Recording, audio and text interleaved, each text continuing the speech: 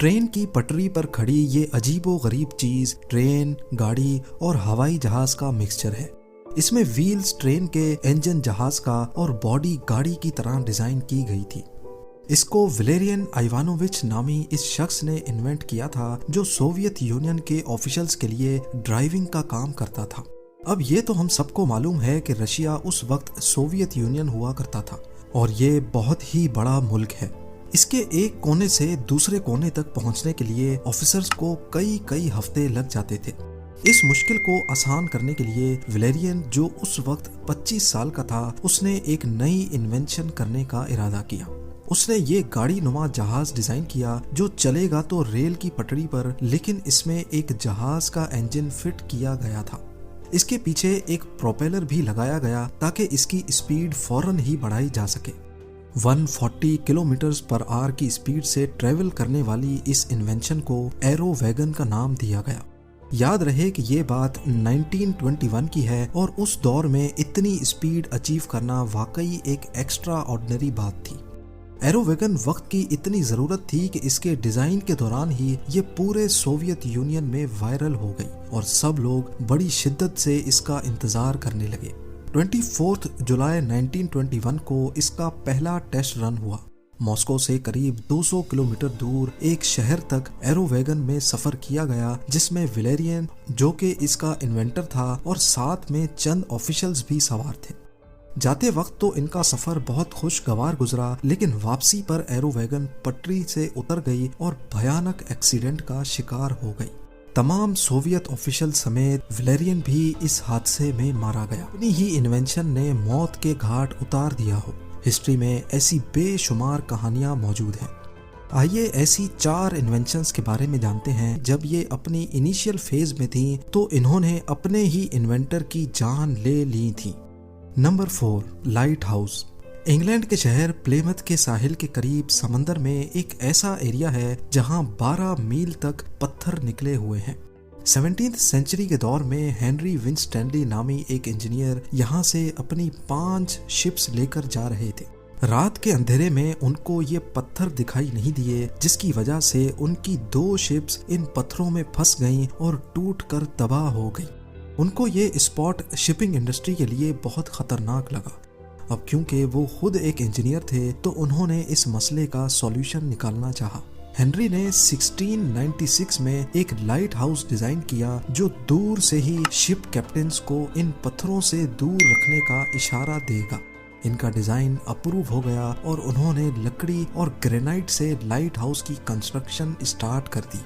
ये 115 फीट लंबा light house था, जिसकी टॉप पर 60 कैंडल्स लगाकर एक रोशन कमरा बनाया गया। अगले 7 सालों तक ये लाइट हाउस शिप्स को इन पत्थरों से बचाता रहा, लेकिन फिर एक दिन जब हेनरी लाइट हाउस में ही मौजूद था, एक तूफान आ गया। ये ब्रिटिश हिस्ट्री का सबसे बड़ा तूफान था। तेज हवाएं और समंदरी लहरें लाइट हाउस को बहा कर ले गईं। उस दिन के बाद से ना ही वो लाइट हाउस मिला और ना ही हेनरी का कोई अता पता चल सका। Number 3, leaded fuel. ये इतिहास की सबसे खतरनाक इन्वेंशन थी, जिसने इन्वेंटर को छोड़कर पूरी दुनिया में 75 लाख लोगों की जान ले ली। थॉमस मिजली ने दुनिया में पहली बार लेडेड फ्यूल इन्वेंट किया था। वो फ्यूल जो आज हम गाड़ियों में इस्तेमाल करते हैं वो अनलेडेड फ्यूल होता है, लेकिन पहले ये लेडेड फ्यूल कहलाया जाता था। इस फ्यूल में लेड केमिकल इस्तेमाल होता था, जिसकी इन्वेंशन ऑटोमोबाइल इंडस्ट्री के लिए एक बहुत बड़ा ब्रेक थ्रू थी। इस इन्वेंशन की वजह से थॉमस मिजली को कई अवार्ड्स भी मिले, लेकिन इस फ्यूल ने माहौल में, एटमॉस्फेयर में लेड की क्वांटिटी को बढ़ा दिया, जो कि जानलेवा लेड पॉइजनिंग का बायस बनी। इनकी अपनी फैक्ट्री के कई वर्कर्स की मौत होने लगी, लेकिन इसकी असल वजह लेड पॉइजनिंग थी, ये उस वक्त किसी को भी मालूम ना पड़ सकी। कई सालों की जांच के बाद लेडेड फ्यूल को हटाकर अनलेडेड फ्यूल से रिप्लेस तो कर दिया गया, लेकिन तब तक ये दुनिया को बहुत नुकसान पहुंचा चुकी थी। 51 इयर्स की एज में थॉमस मिजली को लेड पॉइजनिंग की वजह से पोलियो हुआ और वो बेड पर आ गए। उन्होंने अपने खुद के बेड के लिए एक पुली सिस्टम डिजाइन किया जो उनको बेड पर आसानी से सीधा बिठा देता था, वो भी बगैर किसी की मदद के।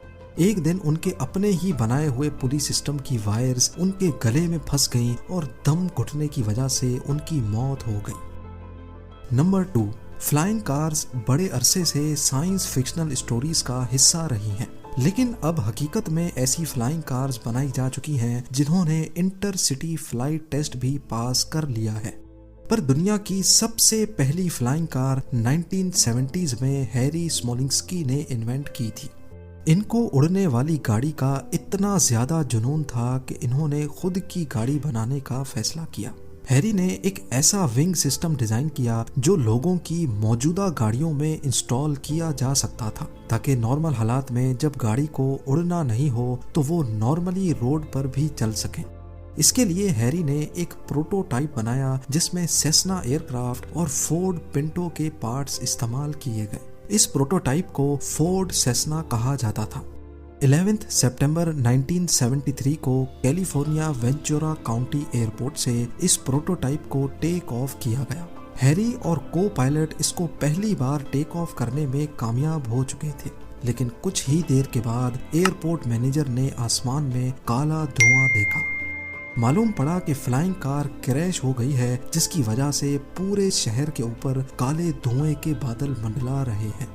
इन्वेस्टिगेशन से मालूम पड़ा कि फोर्ड सेस्ना को बनाते वक्त कुछ पार्ट्स की वेल्डिंग कमजोर थी, जिसकी वजह से ये हौलनाक हादसा हुआ। और अब नंबर 1, मैक्स वॉलियर एक ऑस्ट्रियन पायलट थे जो इन्वेंशन की रेस में 2 कदम आगे निकल गए।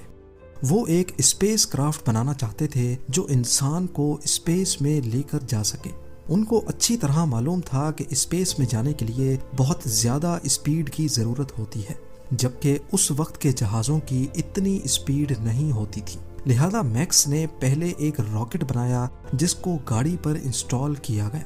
इस रॉकेट की मदद से ये गाड़ी 232 किलोमीटर पर आवर की स्पीड से चलने में कामयाब हो गई, लेकिन ये स्पीड स्पेस में जाने के लिए बहुत कम थी। मैक्स ने रॉकेट फ्यूल को चेंज करके ज्यादा तेजी से जलने वाला फ्यूल बनाने का फैसला किया।